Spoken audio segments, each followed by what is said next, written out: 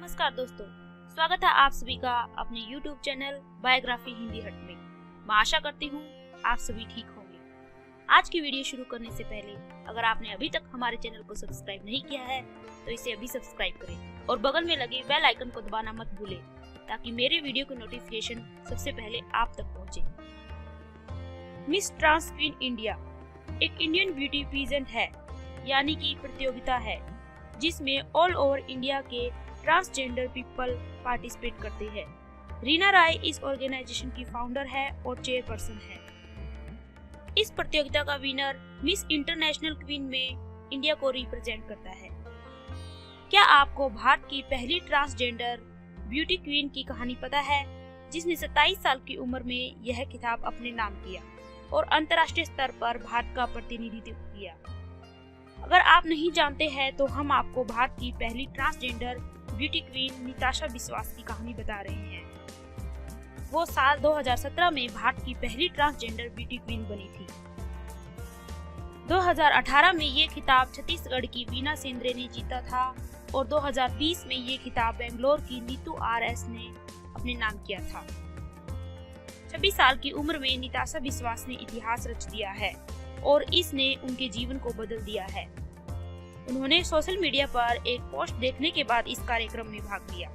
निताशा को 3 साल की उम्र में पता चला कि उसका शरीर तो लड़कों का है लेकिन अंदर से वो एक लड़की है, और एक दिन निताशा के जज्बे ने उन्हें भारत की पहली मिस ट्रांसजेंडर बनाया।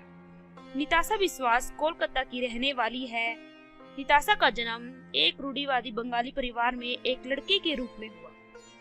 निताशा ने कम उम्र में अपनी मां को खो दिया और उनके पिता थे जिन्होंने माता और पिता दोनों की भूमिका निभाई थी। 3 साल की उम्र में उन्हें पता चला कि उनका शरीर तो लड़के का है पर आत्मा से वो एक औरत है। निताशा कहती है कि 10वीं तक आते आते उनके भीतर की औरत बाहर निकलने के लिए बेताब होने लगी थी। उन्होंने अपनी इस बेचैनी के बारे में सबसे पहले अपने भाई को बताया, लेकिन वहां से उन्हें यह आश्वासन दिया गया कि वक्त के साथ सब कुछ ठीक हो जाएगा। निताशा ने कोलकाता के सेंट जेवियर्स कॉलेज से बिजनेस मैनेजमेंट की पढ़ाई की है। अपनी बिजनेस मैनेजमेंट की पढ़ाई पूरी करने के बाद निताशा फैशन और मॉडलिंग की पढ़ाई पूरी करने के लिए दिल्ली चली गई। वो अपने परिवार के बारे में बात करते हुए कहती है कि शुरू में मेरे पिता के लिए ये एक्सेप्ट करना कठिन था कि उनका बेटा एक ट्रांसफॉर्मेशन से गुजर रहा है, और इस बात ने उन्हें इतना डीपली इम्पैक्ट किया कि उन्होंने मुझसे लगभग 7 महीने तक बात तक करना बंद कर दिया था। शायद मेरी कन्वर्जन का सबसे टफेस्ट पार्ट यही था कि मेरी फैमिली मेरे साथ नहीं थी। निताशा ने अपने परिवार की मर्जी के खिलाफ जाकर अपने अंदर की औरत को बाहर निकाला और कोलकाता से दिल्ली शिफ्ट हो गई और यहाँ हार्मोन्स रिप्लेसमेंट थेरेपी लेना स्टार्ट कर दिया। निताशा के घर वाले उनकी शादी कराना चाहते थे, लेकिन वो परिवार के खिलाफ जाकर अपना सेक्स चेंज करवाना चाहती थी। निताशा को दिल्ली आकर सेक्स चेंज कराने की प्रोसेस में 3 से 4 साल लग गए। इस तरह वो भारत की पहली ट्रांसजेंडर बनी। निताशा कहती है कि सेक्स चेंज करना इतना आसान नहीं है, इसके लिए मानसिक तौर पर पूरी तरह से दृढ़ रहने की जरूरत है। ट्रांसफॉर्मेशन प्रोसेस के दौरान एक ऐसा फेज होता है जब आपके पास मेल और फीमेल दोनों की विशेषताएं होती है, और उस टाइम में मेरे लिए अपने घर से बाहर कदम रखना भी असंभव था। यह एक एकाकी यात्रा थी और मैं उपहास का भी सोच थी। इस यात्रा के माध्यम से निताशा ने कई दोस्तों और परिवारों को खो दिया, लेकिन जो कुछ भी बाकी था तो वह था अपने आप में विश्वास।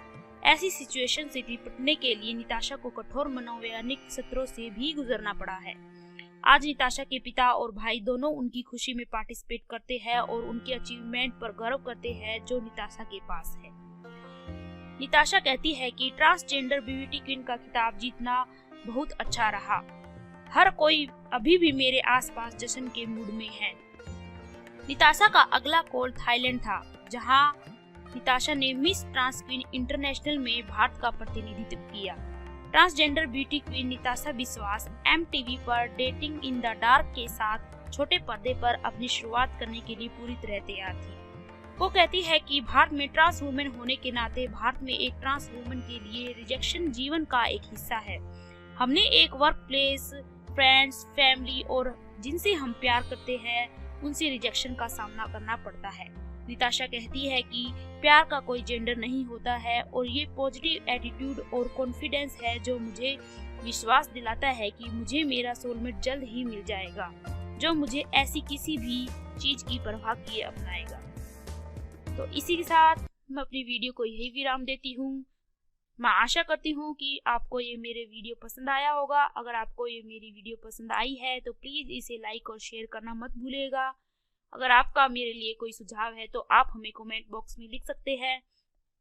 आप हमें फेसबुक और इंस्टाग्राम पर भी फॉलो कर सकते हैं। आपका बहुमूल्य समय देने के लिए आपका बहुत बहुत धन्यवाद।